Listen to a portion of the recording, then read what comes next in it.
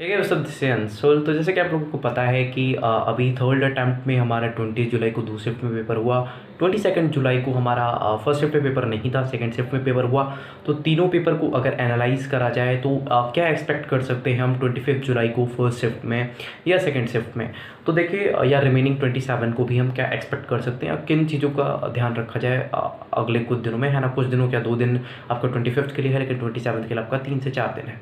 तो अगर उसमें जो सबसे इंपॉर्टेंट चीज़ रखी जाए, अगर हम तीनों सब्जेक्ट वाइज भी बात करें तो केमिस्ट्री में आपको सबसे पहले जिन बातों का ख्याल रखना है वो ये है कि पेपर जो आ रहा है वो काफ़ी ईजी आ रहा है और NCERT से आ रहा है ना। तो syllabus completion is very important. अब तो 2 दिन में आप कुछ कर नहीं सकते हो, पर एटलीस्ट आप कुछ मत करिए, NCERT के बैठ के बस रीडिंग लगा डालिए, है ना। बहुत टाइम नहीं लगता है, वन शॉट में आप सारी रीडिंग करना शुरू कर दी, एटलीस्ट इनऑर्गेनिक और ऑर्गेनिक की।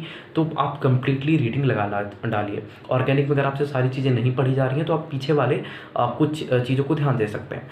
अब बात करें एक और बहुत अहम मुद्दे की, फिजिक्स में। तो फिजिक्स में आपको बस फार्मूला रिवीजन पे बहुत ध्यान देना है, क्योंकि अगर आज के शाम के शिफ्ट का पेपर देखें 22 के, तो बहुत ईजी पेपर आए थे, फार्मूला बेस्ड क्वेश्चन आए थे, है ना। और यही सेम चीज़ हमको 20 को भी देखने को मिली थी। मैथ्स थोड़ा सा डिफ़िकल्ट था, 20th को डिफ़िकल्ट नहीं कह सकते, इट्स मोर अबव एवरेज था।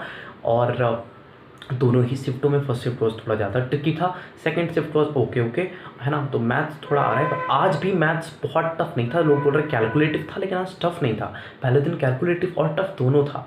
तो मैथ्स पे आप भी फार्मूला रिवीजन पे ध्यान रखिए, क्योंकि कुछ क्वेश्चन डायरेक्ट फार्मूला पे कम से कम 8 से 10 क्वेश्चन तो ऐसे ही आए रहे हैं जो आप फार्मूला पेज पे कंप्लीट कर सकते हैं। तो ये सारी चीज़ों का आपको ख्याल रखना है और आपको बहुत सारे विषय आपके पेपर के लिए। ऑल द बेस्ट, मचा के आओ, बाय बाय।